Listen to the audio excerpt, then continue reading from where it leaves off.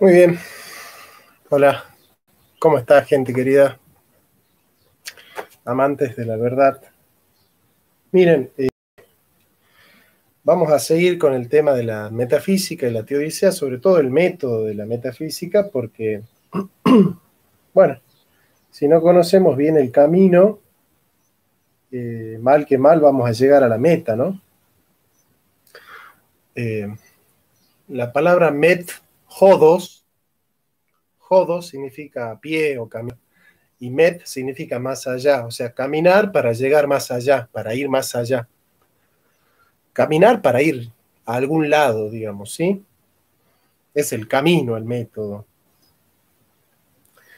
Como parte de la metafísica, puede decirse que el método de nuestra disciplina no podrá ser esencialmente distinto del método de la metafísica. Si fuera la teodicea una ciencia independiente, experimental o matemática, cabría buscarle un método propio, experimental o matemática. Pero siendo parte de la metafísica, su método será formalmente metafísico. Por eso vamos a hablar del método de la metafísica. Y el método de la metafísica no es inductivo, puramente inductivo, ni enteramente deductivo, ni solo a priori, ni solo a posteriori, ni se origina de la sola razón, como plantearía Wolff, como plantearía, por ejemplo, Leibniz, ni de la experiencia pura, como plantearía, por ejemplo, Locke o David Hume, sino que es inductivo, deductivo, empírico, racional, analítico, sintético. Y esto es muy importante porque cuando Kant hace una crítica a la metafísica, le hace una crítica a la metafísica de la razón pura, a la de Wolff y a la de Leibniz. Pero de ninguna manera le hace una crítica a la metafísica de Aristóteles, porque la metafísica de Aristóteles parte de la experiencia posible, parte de la experiencia posible. O sea, que Aristóteles también haría la crítica que está haciendo Kant a una metafísica puramente a priori, a una metafísica puramente deductiva, racional, ¿no? y analítica. En cambio, Aristóteles comienza su metafísica y vamos a leer un poco para continuar después con esto, porque así se entienden un par de cosas. A ver.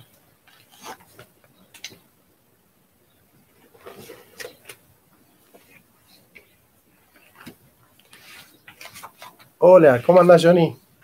¿Cómo anda todo por ahí? Contame.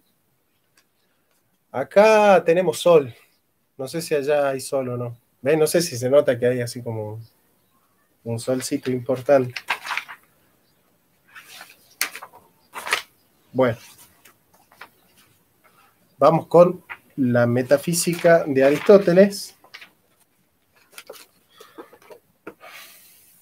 Nos dice Aristóteles, nace el arte cuando de muchas observaciones experimentales surge una noción universal sobre los casos semejantes. ¿Ven? Acá, si ustedes leen esto y lo leen bien, acá tienen todo el método de Aristóteles. Surge, y además pueden sacar arte y poner metafísica, poner filosofía. Nace la ciencia cuando de muchas observaciones experimentales surge una noción universal sobre los casos semejantes. Está perfecto, digamos, es un método que parte de lo particular y se remonta a lo universal.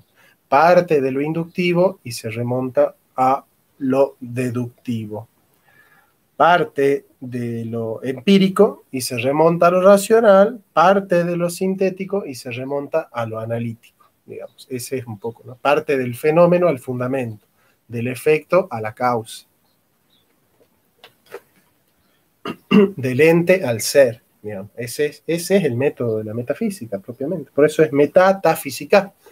Andrónico de Rodas al organizar los libros de Aristóteles, coloca a los libros de la filosofía primera más allá de los libros de la física, metatafísica, es decir, partimos de la física, pero no nos quedamos en la física, sino que tratamos de descubrir principios y valores, causas primeras, principios universales, ¿sí? El arjé, los arjai. Bien, ahora sí. El método metafísico es, en efecto, inductivo,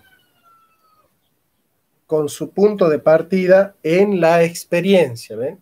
O sea, acá la experiencia es fundamental, no vamos a descartar nosotros la experiencia en todo lo que hace referencia inmediata al objeto material de la metafísica. Solo a partir de los entes ofrecidos a la experiencia y a merced a una verdadera venatio inductiva, podemos conquistar la esencia del ente en cuanto ente, objeto formal de la metafísica. Pero el método de la metafísica es también deductivo, pues la determinación de las propiedades, de los modos de ser del ente, solo por deducción puede hacerse. Es decir, las propiedades y los modos de ser del ente solo pueden deducirse una vez que hemos partido de la experiencia lógicamente, analíticamente, digamos, ¿no? Ha salido el sol, estoy trabajando mientras escucho tu clase. Me parece que ha mejorado la imagen de tu video. O sea, ha mejorado la imagen, sí, ha mejorado. En buena hora.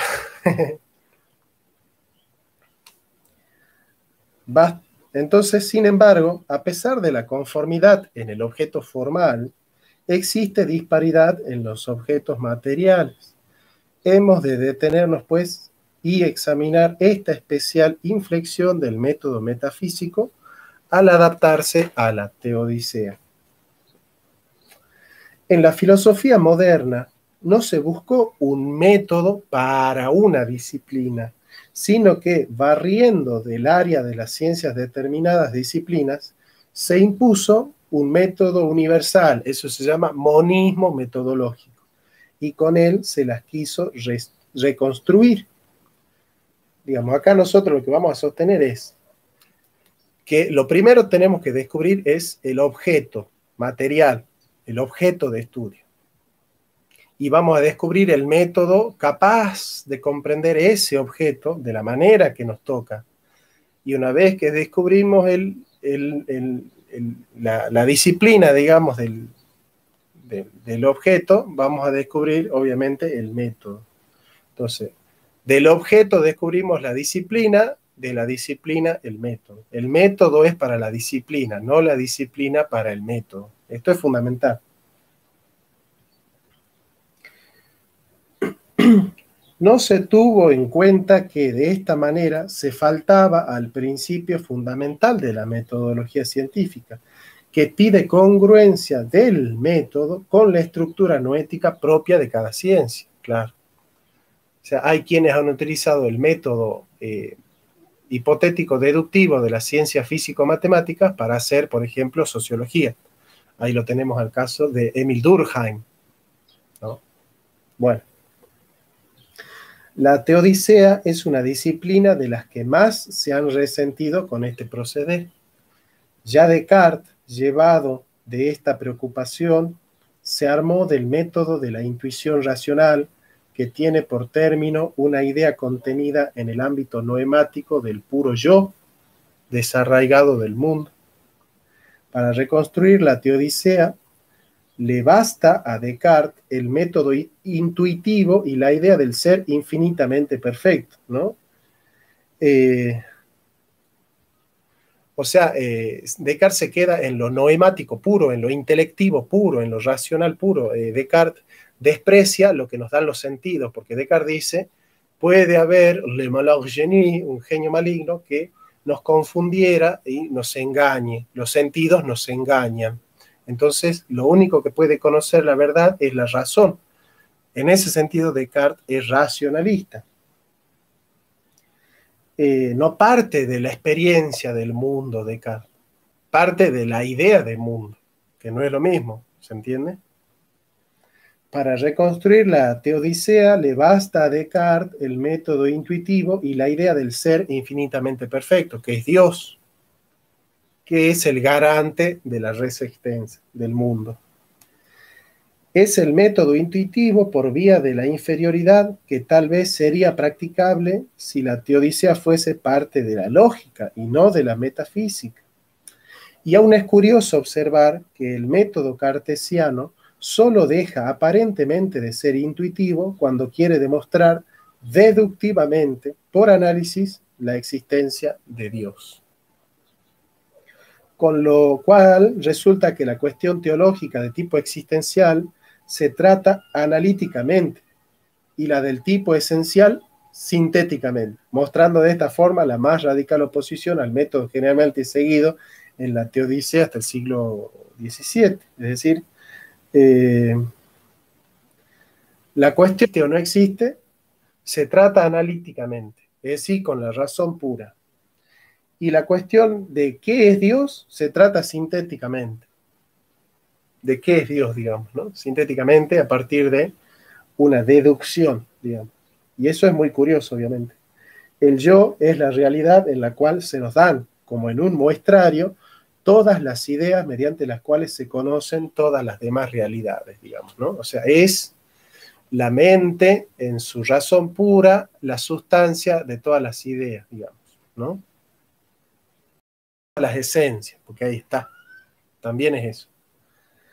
Malebranche y Spinoza, discípulos de Descartes, no respetarán, empero, la distinción entre la intuición esencial y la deducción existencial, y afirmarán la posesión humana de una intuición, no de la idea del ser perfecto, sino de la realidad misma de Dios, a partir de la cual el conocimiento teológico discurre por vía rigurosamente deductiva, ¿no? O sea, una vez que nosotros tenemos esa intuición de Dios, empezamos a desarmar, empezamos a clarificar, a deducir sus atributos, digamos, ¿no? Dios se convierte, se discurre, digamos, por vía rigurosamente geométrica, geométrico, al modo geométrico, sin contacto alguno con la experiencia, solo de manera deductiva, ¿no? Como procede el método geométrico. Ética demostrada según el orden geométrico. Dios se convierte ahora en la realidad desde la cual conocemos todas las demás realidades. Dios se convierte en el noema originario, en el semantema fundamental, en la noción en la cual se resuelven todas las nociones. Las cuales, todas las realidades, se identifican con él, se resuelven en él, digamos, ¿no? Con este método, la teodicea que se constituye en una disciplina independiente de la ciencia, de la física y de la metafísica. Kant puso de relieve contra el método preconizado por el racionalismo la imposibilidad del conocimiento sin un elemento de experiencia a la base, experiencial, digamos, empírico. Y en eso tiene razón, digamos, si nosotros no partimos del ente concreto, del ente material, vamos a partir de una noción en nuestra mente. ¿Y cómo sabemos que esa noción es verdadera o no? Redescubriendo la vieja verdad de que todos los conocimientos humanos comienzan con la experiencia. Esto es una verdad vieja porque ya lo decía Aristóteles en la metafísica y lo acabamos de leer. Desgraciadamente, pronto corrige Kant su propia fórmula con aquella otra afirmación según la cual, si bien todos los conocimientos comienzan con la experiencia, no todo lo que hay en el conocimiento procede de la experiencia. Y ahí se equivoca Kant, porque Kant va a decir las formas a priori ya están en el sujeto. Para Aristóteles, las formas las sacamos nosotros de los objetos, no están en el sujeto. Por eso Kant dice, Mi análisis es trascendental y llamo trascendental al conocimiento, no de los objetos, sino de nuestra forma de conocerlos de manera a priori, digamos. O sea que, en el fondo, Kant está cayendo en un formalismo trascendental, digamos, en un a priorismo trascendental.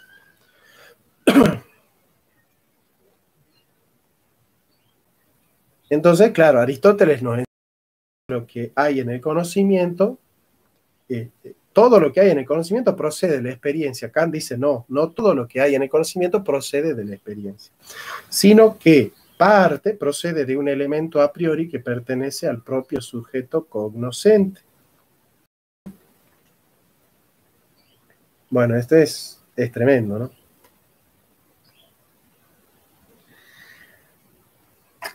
Pero Kant llamó definitivamente la atención sobre el elemento a priori. El idealismo lo elevará a categoría absoluta y hará depender de hasta el elemento experiencial e inclusive lo que Kant ponía como trascendente a la experiencia, el noúmeno, la cosa en sí, digamos.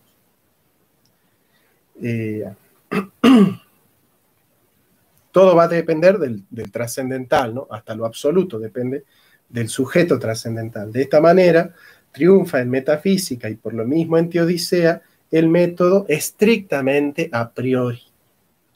Ahora se preconizará que la realidad original y originaria, vale decir, la realidad raíz y fuente, no ya solo noética, ontológica, pues el idealismo no quiere hacer distinciones en este punto, de todas las demás, es el pensamiento. Y eso se llama giro copernicano, ya no es el objeto el que determina al sujeto, sino que ahora es el sujeto el que determina al objeto. Así se constituye el tratado de Dios a la manera de un álgebra del espíritu discurriendo en el mundo de puras posibilidades, donde todo es riguroso, perfecto y sistemático, ¿no? Eso va a llevar después a inmanentizar la trascendencia de Dios en la inmanencia de la razón del espíritu en Hegel, ¿no? La seducción ejercida sobre muchos filósofos escolásticos contemporáneos por el método estrictamente a priori. Son muchos los filósofos que se dejan seducir por el a priorismo, ¿no? El exclusivismo del método a priori ha logistizado la teodicea, haciéndole perder su genuino carácter metafísico de ciencia real y convirtiéndola en lógica pura, digamos, ¿no? Se convierte la metafísica en lógica pura. El abuso y el fracaso del método a priori, juntamente con otras circunstancias históricas, ha producido en los tiempos actuales una saludable reacción hacia lo concreto, hacia lo experiencial. Y eso es muy saludable, estamos de acuerdo. Tres modalidades fundamentales pueden apreciarse en la reacción. Una de tipo existencialista, otra de significación cartesiana y una tercera de signo tomista. Con el padre Fabro. El existencialismo en general pretende plantear el problema de Dios desde la concreta dimensión de la existencia humana por el lado que dice relación a la divinidad. Digamos, cómo Dios se da en la existencia humana, en la experiencia existencial del hombre. Marcel, por ejemplo. Ya se utilice como medio de conocimiento teológico la intuición reflexiva, la fe, el pensamiento clarificador, ¿no? Como en el caso de Marcel, en el caso de la fe de Kierkegaard, ya se apele al análisis fenomenológico de la existencia religiosa. Por ahí va Heidegger. El método consistirá siempre en la búsqueda de Dios desde la existencia humana, digamos. Es un análisis existencialista. Bueno, ¿quién va a llevar al máximo? ¿Quién va a hacer de este método el método de la teología? Es Rudolf Bultmann, ¿sí? Que fue compañero en Marburgo de Heidegger, ¿sí? escribió un gran libro que se llama Historia de la tradición sinóptica. Un crecido número de escépticos, entre los que merecen contarse Baltasar, Picard y el propio Descartes, en su reacción contra el método exclusivamente a priori, vuelven a enlazar con la tradición cartesiana, poniendo en el conocimiento inmediato del yo la adquisición original y originaria de todo ulterior conocimiento. Afortunadamente aumenta cada día el número de los filósofos y teólogos que, convencidos de que la disciplina no es para el método, sino el método para la disciplina, a cuya estructura debe plegarse y no imponerse, vuelven por los fueros del método analítico sintético, ¿no? El punto de partida. En el método hay que distinguir dos momentos: el punto de partida y el camino a recorrer. ¿De dónde ha de partir el método de la teodicea? Conviene también aquí hacer una distinción muy importante entre el orden crítico y el orden real concreto. El punto de partida en el puro orden noético no puede ser ni la duda, el escepticismo caprichoso o el escepticismo metódico, ni la afirmación dogmática, sino la abstracción de certezas, ¿no? La abstracción concreta, digamos. Abstraer no equivale a la negación infecunda ni a la afirmación sin prueba. En el orden real concreto, el punto de partida no puede ponerse en la idea de Dios, puesto que no tenemos una intuición de Dios clara y distinta y directa, porque esa idea supone el conocimiento que estamos buscando, ni la realidad misma de Dios, como haría el teólogo, porque en el dominio filosófico la existencia de Dios no es inmediata, evidente. O sea, la existencia de Dios en la filosofía es el punto de partida, es el punto de llegada. En la teología es el punto de partida. En la teología revelada, la existencia de Dios es el punto de partida. En la teodicea es el punto de llegada, digamos. Sobre todo en la metafísica. La teodicea es una parte de la metafísica que se presenta a nuestra consideración y tratamiento después de constituida la ontología. Es decir, después del estudio del ente, se estudia el ser del ente. El término y culminación de la ontología se convertirá en dato inicial de la teología o de la teodicea. El problema teológico se plantea en efecto en función del problema ontológico. Se parte del ente concreto y se piensa el ser del ente, la causa extrínseca del ente común. Cuando en el capítulo final de la ontología, al tratar la cualidad del ente, nos preguntamos por la primera causa extrínseca del ser de todas las cosas, hemos sobrepasado la perspectiva ontológica para entrar en el dominio de la teoría. Sin embargo, seguimos en la metafísica. Seguimos en la metafísica. O sea, ontología y teodicea son partes de la metafísica, digamos, ¿sí? Por eso teodicea se la puede estudiar en metafísica 2, digamos, ¿no? El punto de partida, pues, del método de la teodicea debe ponerse en el ente ontológico. Ese es el punto de partida, en el ente finito y concreto. Y más concretamente en el ser de las cosas sensibles. La filosofía moderna de Descartes puede entenderse como el esfuerzo metafísico más gigantesco en la búsqueda de aquella realidad primaria, radical, fundamental, que pueda constituirse en fuente y raíz noética de todas las demás realidades. Es decir, lo que busca la modernidad es la noción en la cual se resuelven todas las nociones, digamos, el noema originario, el semantema fundamental. Y así, desde el yo puro de Descartes, se ha ido pasando sucesivamente, ¿sí?, desde el yo puro de Descartes, como la idea de todas las ideas, digamos, a la idea de Dios en Malebranche y Spinoza, que es la idea de todas las ideas, el noema originario, el semantema fundamental.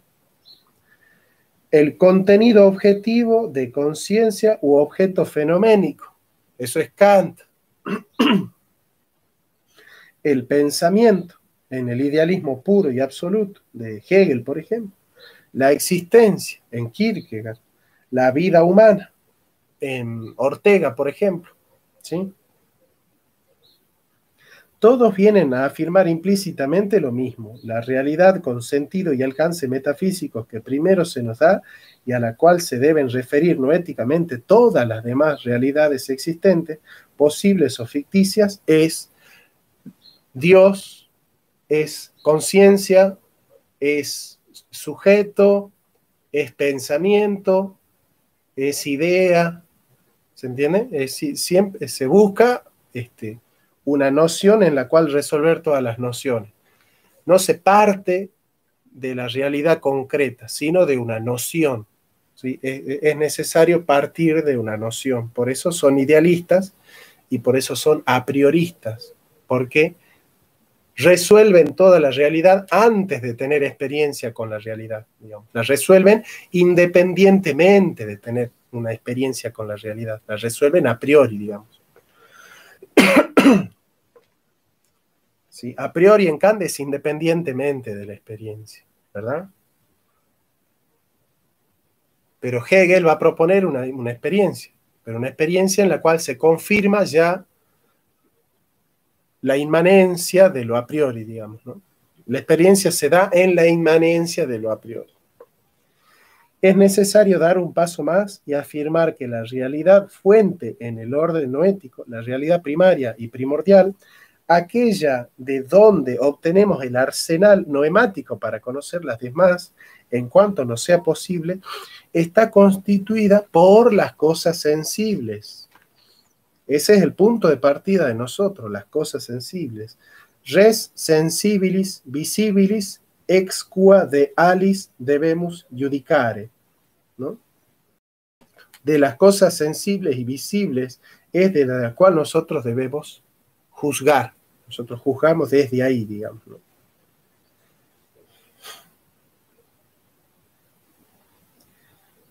Ese es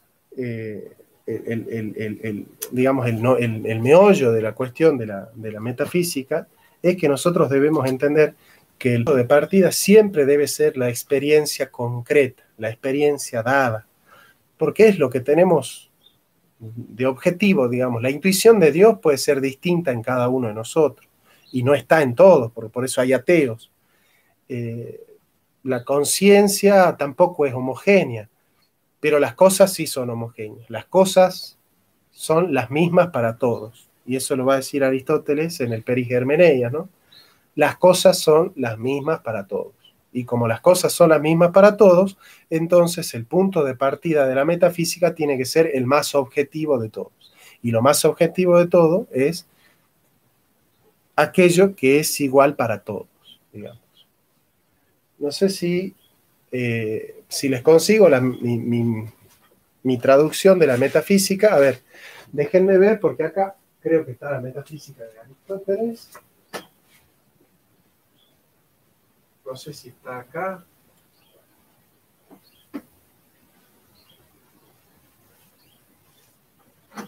En alguno de estos dos libros está lo que dice Aristóteles y bueno, ahí está el método, ¿no? A ver. Acá está. A ver si es así.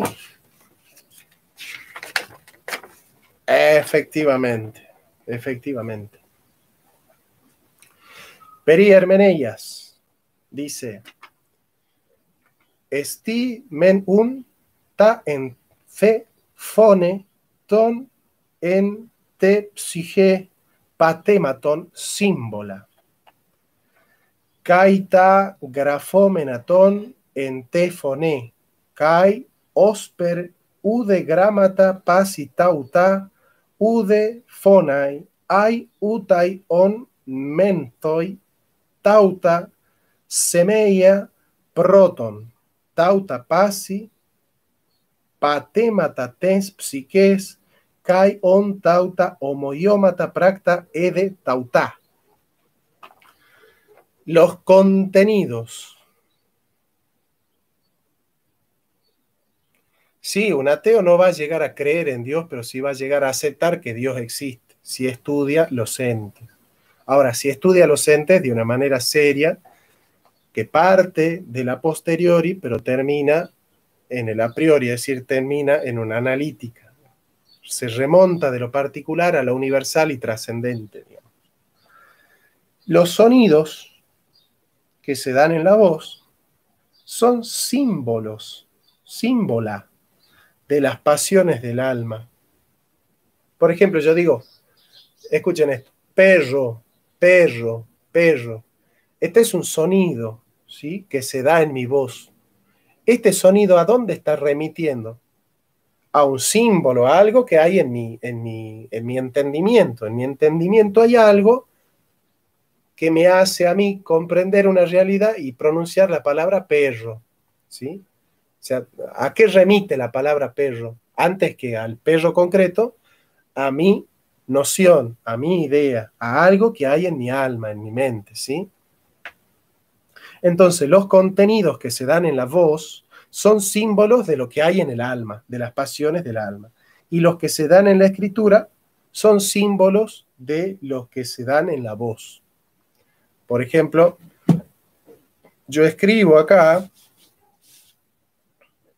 la palabra perro.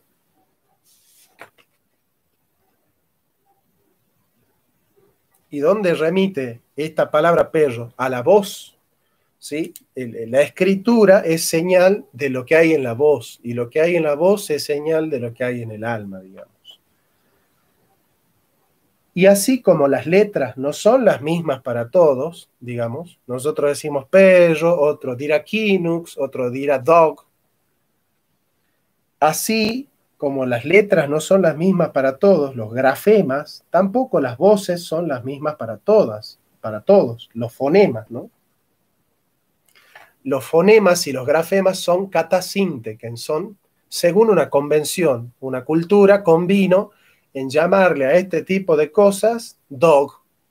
Bueno, otros a la misma realidad le llaman perro, pero la realidad es la misma, ¿sí? Hay una realidad que es la misma. Lo que cambia es la convención de utilizar unos fonemas, perro, y unos grafemas, P-E-R-R-O. Pero las pasiones del alma, de las cuales las voces son primeramente signos, es decir, aquello que nosotros tenemos en nuestro entendimiento cuando alguien pronuncia la palabra dog o perro, son las mismas para todos, ¿sí? Aquello que hay en nuestra alma es lo mismo para todos. Yo digo dog, el otro dice perro, pero si nosotros entendemos, nos hacemos la misma representación de qué estamos hablando cuando decimos acaban de atropellar a un perro en la calle. Bueno, todos nos damos una idea de a qué tipo de cosa acaban de atropellar. Entonces, las pasiones del alma, de las cuales las voces son primeramente signos, son las mismas para todos, y las cosas reales, de las cuales las pasiones del alma son semejanzas, también son las mismas. Catafisa, y por naturaleza, las cosas reales, por ejemplo, los perros son los mismos para todos, o sea, la idea de perro y la cosa perro en su cualidad esencial es la misma para todos. La idea de mesa también, ¿sí? Jonathan, por ejemplo, vive en Perú. Entonces yo digo, Jonathan, superficie horizontal sostenida por algún tipo de soporte. Y Jonathan define y entiende que es mesa. Por más que la mesa sea más redonda, más cuadrada, de mesa, de mármol, lo que sea, pero aquello por lo cual nosotros persistimos en llamarle mesa a algo y no otra cosa, es lo mismo para todos. Es decir, la cosa es la misma para todos en sus cualidades esenciales, y lo que hay en nuestra alma, aquello en lo que consiste ser mesa, es lo mismo para todos. Entonces, los grafemas y los fonemas son lo que cambian, son catasinte, que son por convención, pero las cosas reales y su presencia en nuestro entendimiento es lo mismo para todos. Entonces, el punto de partida tiene que ser aquello en lo que estamos de acuerdo todos, no aquello en lo que nosotros estamos en desacuerdo, como por ejemplo los fonemas y los grafemas. Entonces, el punto de partida de la filosofía no puede ser el lenguaje, no puede ser una noción, tiene que ser una realidad representada en el entendimiento. Y ese es el punto de partida de la experiencia Kant, claro. el perro es digamos, la idea de perro es la misma en todo el mundo, digamos, ¿sí? La representación esencial de aquello en lo que consiste ser un perro objetivamente. Luego, después habrán mitos y religiones que resignifican una vaca, por ejemplo, en los mongoles de las estepas orientales. Pero esa no es una representación esencial, esa es una representación mitológica, una representación fabulesca, digamos, ¿sí? Pero la filosofía parte de aquello en lo que estamos todos de acuerdo. ¿Y qué es lo que estamos todos de acuerdo? Que las cosas son las mismas para todos. Una piedra es una piedra, acá en el Congo belga, en la China o en Perú. Una piedra es una piedra. Y aquello que hace que una piedra sea piedra y no lapicera es lo mismo en todos lados. Entonces, eso en lo que estamos todos de acuerdo es lo razonable. Y ese debe ser el punto de partida de todo análisis serio y científico, en filosofía, en teodicea y en metafísica. Así que bueno, miren de sencillito que es el método de la metafísica. Parte de la realidad observable para remontarse a los principios y valores. Alargué a los principios universales, digamos, ¿no? Pero los principios universales ya están presentes como particulares en cada individuo. Digamos, el universal está presente en el individuo como especie, como forma o como diferencia específica. Y de ahí nosotros sacamos los universales. Y de los universales deducimos sus propiedades y deducimos sus modos de ser, digamos, ¿sí? Qué simple que es la metafísica, ¿no?